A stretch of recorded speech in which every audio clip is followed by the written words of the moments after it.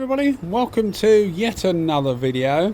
This one is the NS Iwata Kiwami 4 V, that's in 1.3 V, the Devilbiss or Tekna as you call it in the States, GTI Pro Lite.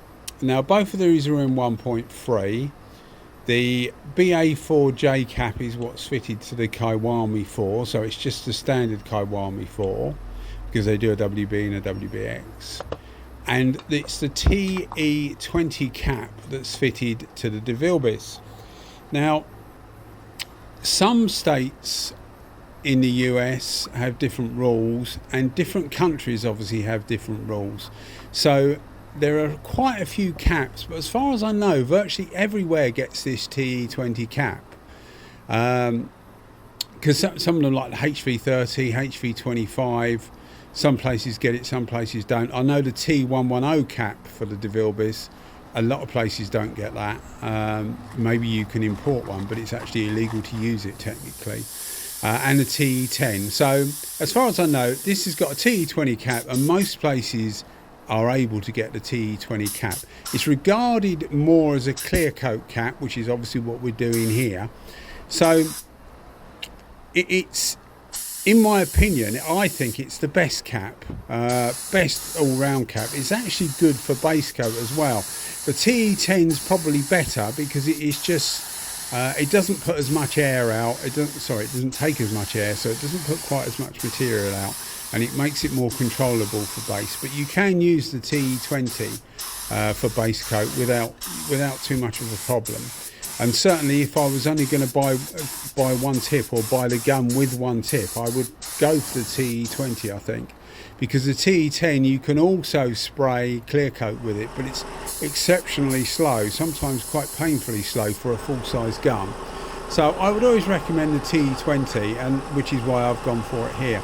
And one of the reasons for doing this video is a lot of people ask me between these two guns which I would choose. You know, whether it's Facebook or Instagram, people ask me which one I would choose, and it's a difficult call really, because in most places the Devilbiss will be a bit more expensive, but you will get a cut with it. In the States, for example, you often get two tips and two caps, two different caps, so it makes it more of a bundle. But if you look at it purely price wise, then the Kiwami 4 is normally better value for money.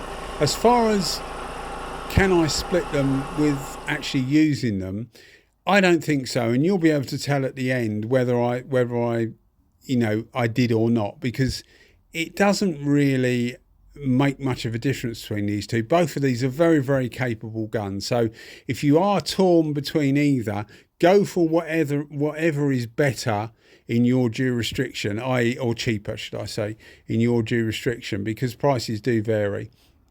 But I would say go for either one. As far as reliability goes, I think I would probably give that to the Devilbiss, and that's only because I would have originally given it to the Iwata, but I have said it on occasions. I have had problems with one of my Kiwami 4s, so I have like changed my thought on it slightly. It's not the end of the world, it was just an air leak, but it's there, whereas I don't really get any problems. Although the gasket, there's a small white gasket which goes behind, there's like a Bakelite ring, and it seals between the gun body and the Bakelite ring where the tip goes on. That I had to replace that a few times on the GTI Pro Lite, and also on the PRI Pro Lite, which is the same body and same gasket system. So yeah, I've had to change those. You just get a leaking in the pot. So yeah, I've had to do things on both really, but the Kiwami 4 was much younger, so you would expect it to last. So reliability, I would probably give that to the Devilbiss.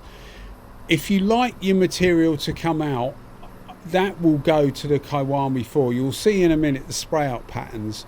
The Kiwami 4, bear in mind these are both on full fluid, both 1.3 tips, really does chuck the fluid out. So if you like to pump fluid on, then by all means go ahead. The Kiwami 4 is probably the one to go for. But the TE20 delivers that material really nice for me. A lot of people say that you can get a better finish with the T110, and you probably can, but it's really slight, and the TE20 is much more universal. You know, I think we've said this before, at the end of the day, if you're going to flat and polish this stuff, and if you do get some like nibs and whatever, then you probably will want to give it a little flat and a polish. Then, you know, it's difficult to tell the difference between any guns. All the finishes you see here, by the way, I keep forgetting to say this, all the finishes you see are always off the gun. So at the end of the video, when you see the two panels together, nothing has been done to them at all. The only thing that may have been done, if they've been standing for a couple of days in the workshop, obviously if I'm spraying, they're taken out of the workshop, but if they've been left for a couple of days in the workshop, you might get a bit of surface dust on there, and all I will do is get a duster and just dust that over the top so that I've removed the surface dust. But there's no flattening, no polishing, no denibbing, so you will see the odd nib every now and again, but what you see is what you get, and that's the whole point of doing gun reviews, really, isn't it? That you're seeing what I'm doing and what the gun is delivering. So when you see the spray out in a second for the Kiwami 4, as I say, you'll see that the pattern is bigger and it gives out a lot more material. The TE20 is a squatter wetter pattern, which I quite like, but there is no doubt that the Kiwami 4 does put out more material. It also uses more material as well, and that's not just going to be the material going on the panel, it's going to be material going into the air as well. You know, the efficiency of it is probably not quite as good as the TE20, but both of these I would class as old school. You know, I know the Kiwami 4 has only been out for a little while, but I would class them both as being old school. You know, they chuck the material out and that's how you get it on there, whereas with a lot of the more modern guns, there's more sort of designs going into the air cap, and with Iwata with their split tips, etc. So the atomization is finer, and it's all to do with getting a good finish from less material, because, you know, everybody's trying to save material and as well for the well-being of the planet. So yeah, everybody's trying to save material, so I would class these things as old school. So you're not really going to save material with either of these, but they're good fun to use because they do hose it on. You see the spray outs to the right there. As I say, the Kiwami is a bigger pattern, but the centre of the Devilbiss is a bit of a wetter pattern. So if you like your big eye patterns, then I would think the Kiwami 4 is the one for you. Whereas if you like a more squatter, wetter pattern, which I tend to actually, maybe the Devilbiss is more for you. But as I say, I can't really split them for you. It's a question that's asked a lot, and I can't really split them. It depends how much they are where you are, really. But I think you'll agree. Coming up now is the final, you know, shot of the two panels. I think you'll agree both of them give a really good finish. As I say, there is off the gun, so there's no polishing or anything. But you see there the Devilbiss pattern is tighter and it is wetter in the centre. So yeah, it's surprising how different the pattern is. When you're actually using them, they seem less of a difference than looking at that pattern.